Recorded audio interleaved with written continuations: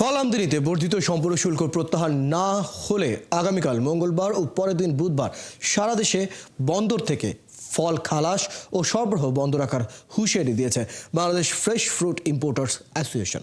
সকালে রাজধানীর আগারগাঁওয়ে জাতীয় রাজস্ব বোর্ড এনবিআর এর সামনে সড়কে মানববন্ধন করে এই হুঁশিয়ারি দেন সংগঠনটির শীর্ষ নেতারা।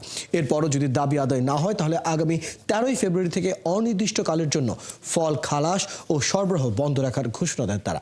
গেল 9 জানুয়ারি অধ্যাদেশ জারি করা আপেল, আঙ্গুর, নাশপাতি, কমলা সহ বিভিন্ন তাজা ফল আমদানিতে সম্পূরক শুল্ক 20% থেকে বাড়িয়ে 30% করা হয়।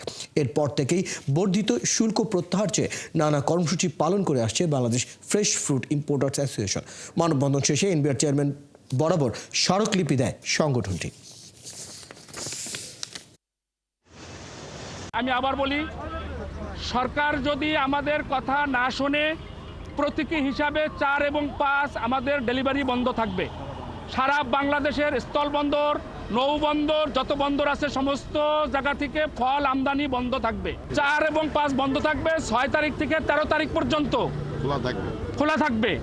যদি এর মধ্যে সরকার আমাদের কথা না শোনে, আমাদের কাছে না আসে, আমাদের কথা না শোনে, আমাদের প্রতি সহানুভূতি না দেখায়, সাধারণ মানুষের প্রতি সহানুভূতি না দেখায়, ফলকে আমরা যে দাবি করেছি সাধারণ মানুষের খাদ্য তালিকায় নিয়ে আসার জন্য, রমজান মাসে মানুষকে ফলের রস খাওয়ার জন্য, ফল খাওয়ার জন্য যদি না শোনে, 13 তারিখ থেকে 13ই ফেব্রুয়ারি থেকে আমরা অনির্দিষ্টকালের জন্য মাল ডেলিভারি বন্ধ করে দিব। কারণ হচ্ছে আমরা তো আর ডেলিভারি নিতে পারবো না।